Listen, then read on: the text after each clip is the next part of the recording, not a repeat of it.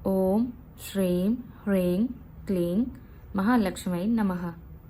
जब वेदों की दिव्य ऋचाएं आकाश में गुंजायमान होती हैं और श्री सूक्तम की पवित्र ध्वनि संपूर्ण सृष्टि को स्पंदित करती है, तब प्रकट होती है एक कथा। ऐसी कथा जो केवल इतिहास नहीं बल्कि चेतना का गान है। यह कथा है महर्षि भृगु के उस दिव्य कबीले की, जहाँ ब्रह्म विद्या, तप और आस्था के त्रिवेणी संगम से उद्भव होता है उस देवी का जो स्वयं सृष्टि की धात्री है। नमस्कार, स्वागत है आप सभी का Ruchi Gyan Ganga audio book YouTube channel में, और आप सुन रहे हैं the legend of the god is invoking Shri Suktam का हिंदी रूपांतरण। अगर आपको यह प्रस्तुति पसंद आए तो कृपया ऑडियो बुक को लाइक करें, अपने मित्रों के साथ इसे शेयर करें, चैनल को सब्सक्राइब करें। आपके सहयोग से ही यह ज्ञान यात्रा आगे बढ़ेगी। उपैतु मनम देव सखा कीर्तिश्च मणिना सह मैं पादुर्भूतो इसमें राष्ट्रस्मिन् कीर्तिमय दिधम ददातु में। मैं अपनी प्रकाशमय किरणों को इस ब्रह्मांड में सर्वत्र फैलाती हूँ। मैं धीरे धीरे ध्वनि में सृष्टि के रूप में प्रकट होती हूँ। प्रत्येक चक्र की पंखुड़ियों पर विश्राम करते हुए मैं धीरे धीरे वायु के साथ, देवताओं के मित्र और मूल अग्निमणि के साथ ऊपर की ओर बढ़ती हूँ और अंततः मुक्ति की स्थिति प्राप्त करती हूँ। इसलिए बुद्धिमान ऋषिगण मेरी स्तुति कीर्ति के रूप में करते हैं। मैं विष्णु के गणों से पुष्पित होती हूँ। मैं योगियों को प्रसन्न करती हूँ। मैं धीरे धीरे योगी के यौगिक शरीर के कमलों की सभी पंखुड़ियों पर अपना विस्तार करती हूँ। मूलाधार नामक कमल से निकलती हूँ और अंततः विस्तार की पूर्ण स्थिति प्राप्त करती हूँ। इसलिए प्राचीन काल में योगीगण मुझे ऋषि कहते थे, जो योग की चमक है। भाग 7, महर्षि भृगु का कबीला। श्री सूक्तम के 7वें श्लोक का आवाहन मृगंड ऋषि ने किया था। वास्तव में यह समझने के लिए कि उन्होंने इस श्लोक से देवी माँ को क्यों प्रसन्न किया, हमें प्राचीन काल के सबसे प्रतिष्ठित ऋषियों में से एक महर्षि भृगु के पास वापस जाना होगा, जो वर्तमान भार्गव ब्राह्मणों के वंश के संस्थापक थे। अपनी तपस्या और पवित्रता की शक्ति से भृगु ने ब्रह्मा, विष्णु और शिव की त्रिदेवियों के निवासों तक अप्रबंधित पहुंच प्राप्त कर ली थी। वह जानते थे कि त्रिदेवों में से कोई भी अपने भक्तों को शक्तियां और वरदान दे सकता है, जो वे नियमित रूप से करते थे। लेकिन सबसे क्षमाशील कौन था? आखिरकार गलतियां तो होनी ही थीं, और अगर कोई साधक कोई गंभीर गलती करता है तो क्या उसे माफ़ किया जाएगा? भृगु ने सोचा, अगर आप फलों से लदे पेड़ पर पत्थर मारते हैं तो वह आपको फल देता है। अगर भक्त अपने इष्ट को ठेस पहुंचाते हैं तो उन्हें बदले में क्या मिलेगा? यह एक बेतरतीब विचार लग सकता है, जबकि वास्तव में यह कुछ और ही था। जागृत ऋषि समझ गए कि उनमें से केवल सबसे क्षमाशील ही दुनिया का शासक बनने के योग्य है, क्योंकि एक अच्छे राजा को पता होना चाहिए कि कब दृढ़ रहना है और कब दयालु होना है। यही एकमात्र तरीका था जिससे मानवता आगे बढ़ सकती थी। उन्होंने सोचा, वह ईमानदारी से जानना चाहते थे कि तीनों में से कौन भक्त वत्सल है, जो अपने भक्तों के लिए सबसे अधिक प्रेम रखता है। सत्य की खोज के लिए भृगु ने अपने सूक्ष्म शरीर में तीनों भगवानों के पास जाने का फैसला किया। उनका मानना था कि यह सबसे तेज तरीका होगा। अपनी मन की आंखों से उन्होंने ब्रह्मा को ध्यान में डूबे हुए देखा। भृगु ने ब्रह्मा को जगाने की कोशिश की, लेकिन कोई सफलता नहीं मिली। शिव के पास जाना और भी बुरा साबित हुआ, क्योंकि उन्होंने महायोगी को परेशान करके उनका गुस्सा भड़काया। उन्होंने अपने भाग्य को धन्यवाद दिया कि उन्होंने केवल शिव के पास अपने सूक्ष्म शरीर में जाकर दर्शन किए, जिससे उन्हें आपदा से बचने की मदद मिली। जब भृगु विष्णु के पास पहुंचे तो उन्होंने पाया कि वे सबसे अधिक धैर्यवान और स्वागत करने वाले हैं। उन्होंने सोचा, मुझे अपने निष्कर्ष को प्रमाणित करने के लिए अपने भौतिक शरीर में विष्णु के पास जाना चाहिए। समय भी एकदम सही था, क्योंकि भारतवर्ष के ऊपरी क्षेत्रों में कठोर सर्दियों के दौरान विशाल भारतीय उपमहाद्वीप में विष्णु ने अपना समय बिताया था। क्षीर सागर। यद्यपि शाब्दिक रूप से दूध का सागर, क्षीर सागर दक्षिण पश्चिम भारत के तटीय क्षेत्र में एक प्राचीन द्वीप था, जहाँ की रेत गाय के दूध के रंग की थी। लक्ष्मी नारायण का यह ग्रीष्मकालीन निवास अपने आप में समृद्धि की दुनिया थी। भृगु रैवत पर्वत पर साधना कर रहे थे, जो गुजरात में गिरनार के वर्तमान पर्वत हैं। जब उन्होंने भगवान विष्णु के पास जाने का फैसला किया, वैसे तो क्षीरसागर वहां से बहुत दूर नहीं था, और विशेष रूप से भृगु के संसाधनों और सिद्धियों के साथ यह और भी करीब था। क्षीरसागर वैकुंठ से कम नहीं था।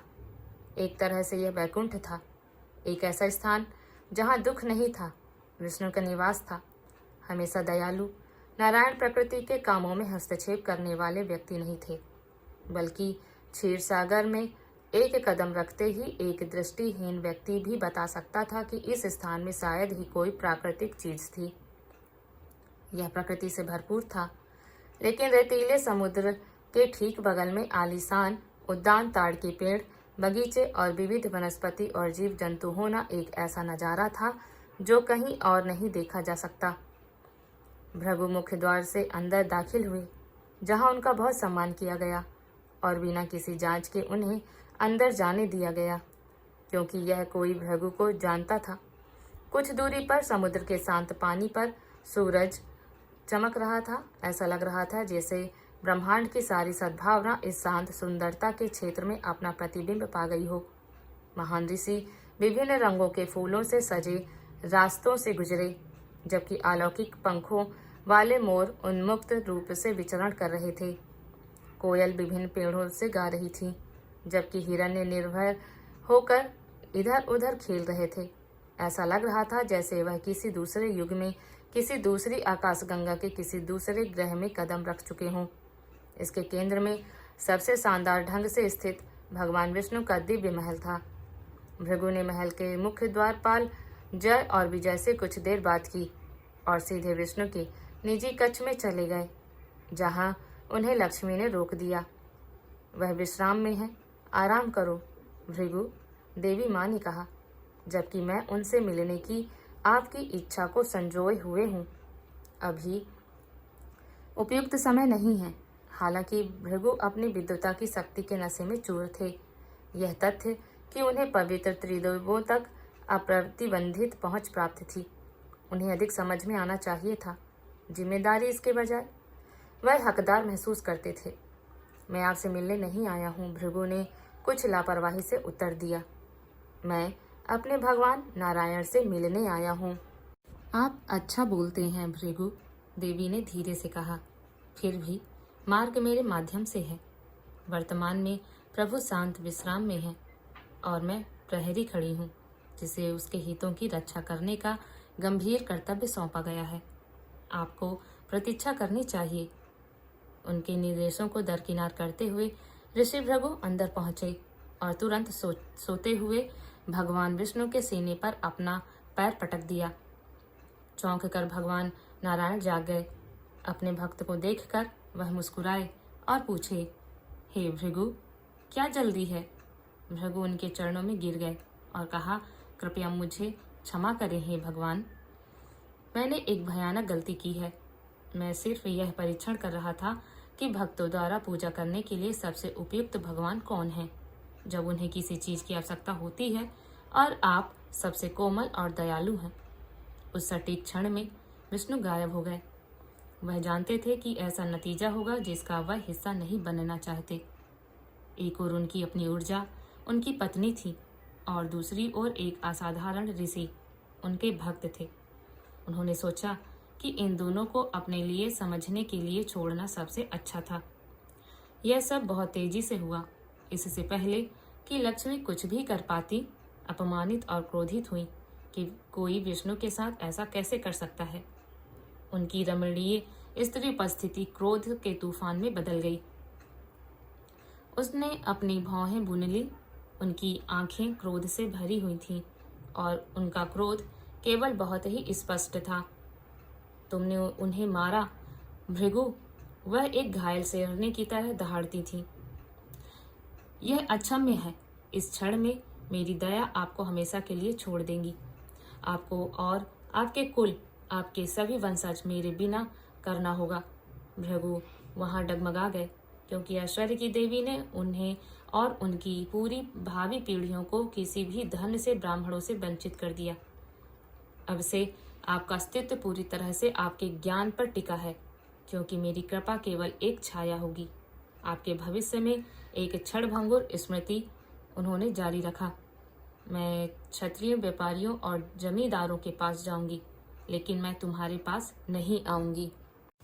इस असाधारण अभिशाप से विचलित होकर स्वयं की रचना करते हुए भृगु ने कहा, मैंने जो किया उसके लिए मैं आपसे क्षमा चाहता हूँ, लेकिन आप भगवान विष्णु के साथ मेरे बंधन की ताकत को कम आंकती हैं।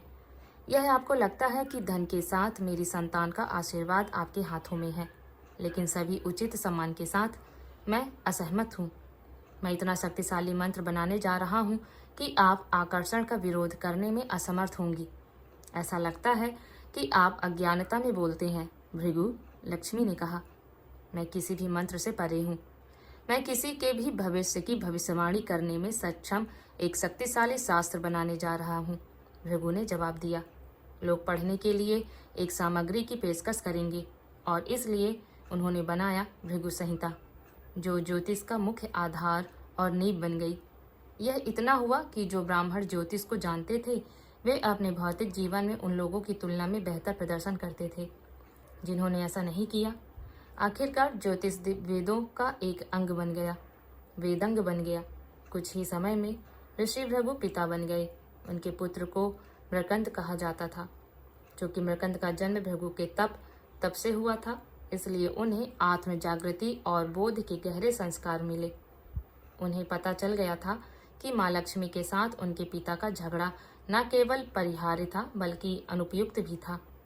आखिरकार वह विष्णु का एक हिस्सा थी। उन्होंने श्री सूक्तम के 7वें पद के माध्यम से देवी माँ को शांत किया और उनका आह्वान किया। उपैतु माँ देव सखः कीर्तिश्च मणिनाम सह प्रादुर्भूतो अस्मि राष्ट्रस्मिन् कीर्ति मृधिम ददातु मे। मृकंद ने कहा, कृपया माँ, उम्र बीत चुकी है, जाने दीजिए और अब हमें माफ कर दीजिए। इस तरह का भेदभाव आपको शोभा नहीं देता है। कृपया अपने आप को सभी को समान रूप से वितरित करें। कोई भी आपकी योग्यता के आधार पर आप में आनंदित हो सकता है। यही है कृष्ण ने भी कहा भागवत गीता में, कोई भी किसी विशेष जाति या वर्ण सामाजिक वर्ग से संबंधित नहीं है, सिर्फ इसलिए कि वे उसमें पैदा हुए हैं। आप अपने कर्म के आधार पर जो हैं आप वही बनिए। जैसे विश्वामित्र ब्रह्मर्षि बन सके। ब्राह्मण क्षत्रिय विषाम शूद्राणाम च परंतप कर्माणि प्रविभक्तानि स्वभाव प्रभिवर्गुणः। भागवत गीता का 18वां अध्याय का 41वां श्लोक है। इस प्रकार मृकंद ऋषि ने देवी को प्रसन्न किया, जिन्होंने कहा कि अब से वह उनके कबीले के साथ भेदभाव नहीं करेंगी। हालांकि उनके श्राप के कुछ अवशेष युगों के आने के लिए रह सकते हैं, लेकिन ज्यादातर यह ठीक रहेगा। मृकंद ऋषि मार्कंडेय ऋषि नामक एक और शानदार ऋषि के पिता थे। मार्कंडेय को पता था कि उनके दादाजी ने एक बार बिना किसी अच्छे कारण के भगवान शिव को परेशान किया था। वह यह भी जानते थे कि उनके पिता ने देवी को प्रसन्न किया है। डीएनए के बारे में सोचे, चाहे हम कुछ भी करें, यह पीढ़ी से पीढ़ी तक लक्षण वहन करता है। इसी तरह भृगु की देवताओं की निंदा भी समय के साथ चलती रहती है। मार्कंडेय ने भगवान शिव को प्रसन्न करने का फैसला किया, क्योंकि एक ऊर्जा का आवाहन करने में पूरा जीवन लग जाता है। वह जानते थे कि उनके पिता ऋषि मृकंदा वह कार्य नहीं कर सकते, इसलिए उन्होंने इसे लेने का फैसला किया। इससे मदद मिली कि मार्कंडेय भगवान शिव के प्रबल भक्त थे। मार्कंडेय के महायोग के प्रति समर्पण के पीछे एक और कहानी थी।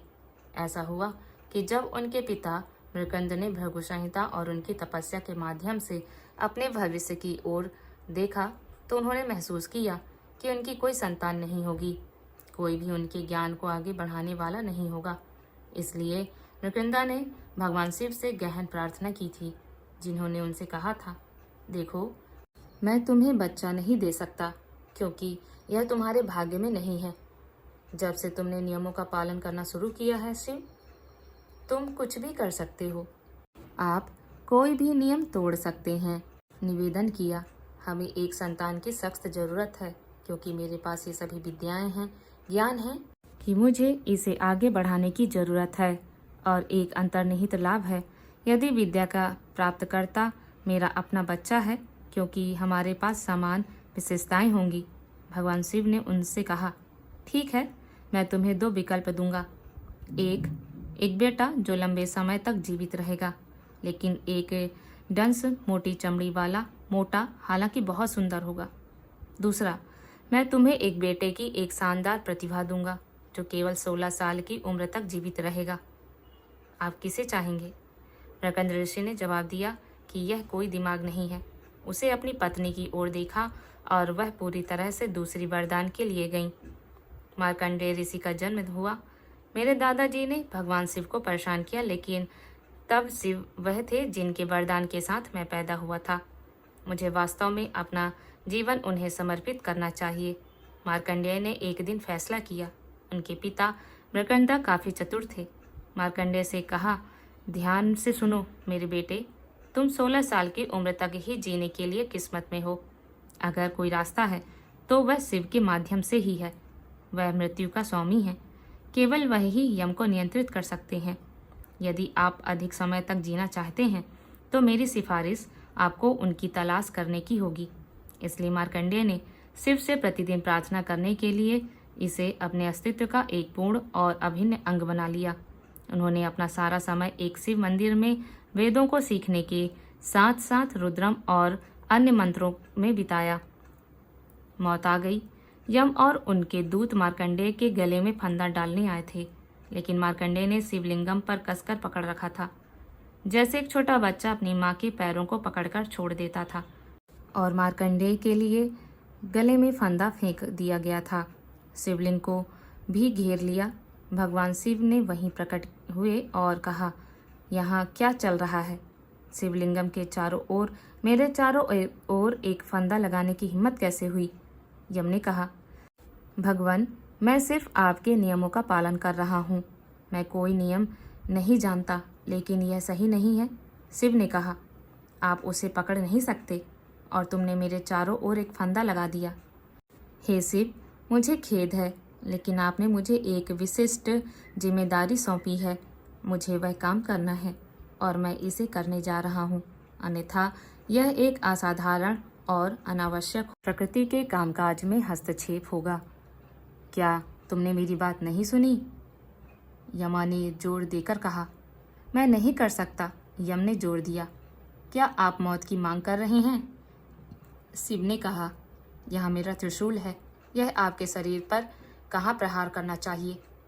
मैं मरकर खुश हूँ मेरे भगवान, यम ने उत्तर दिया, लेकिन मुझे अपने धर्म का सम्मान करना है।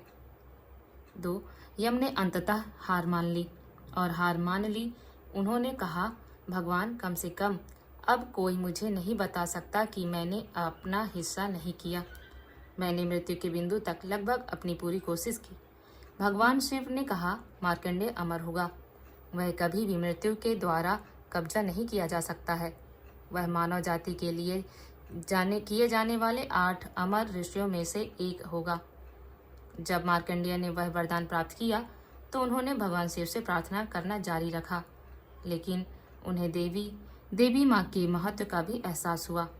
मुझे अपनी साधना को पूरा करने के लिए माँ परमात्मा से प्रार्थना करनी चाहिए, मेरी तपस्या का स्त्री पहलू। और इसलिए उन्होंने दुर्गा के रूप में देवी माँ की एक बहुत ही कठोर तपस्या की।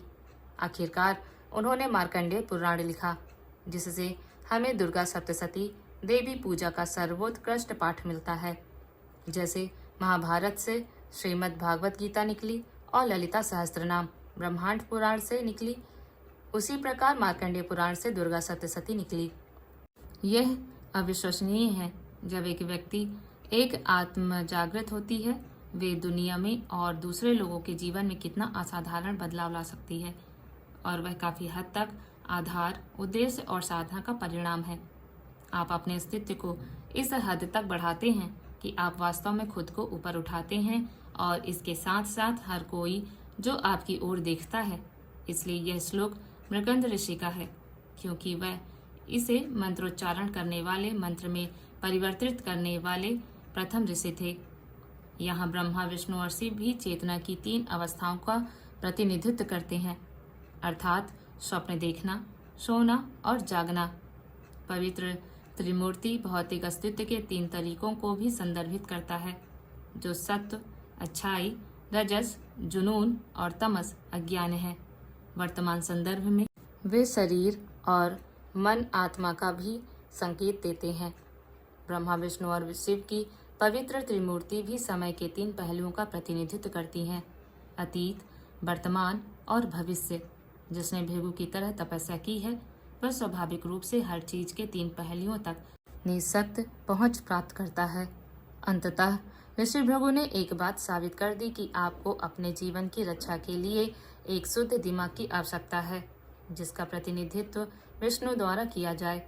भगवान विष्णु रक्षक, भक्त वत्सला हैं।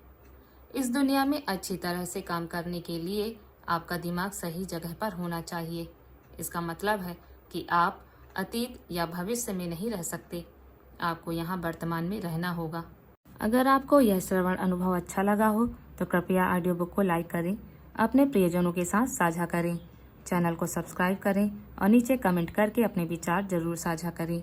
आपके सहयोग से ही रुचि ज्ञान गंगा और आगे बढ़ेगा, जहाँ हर कथा में छुपा है आत्मज्ञान का अमृत।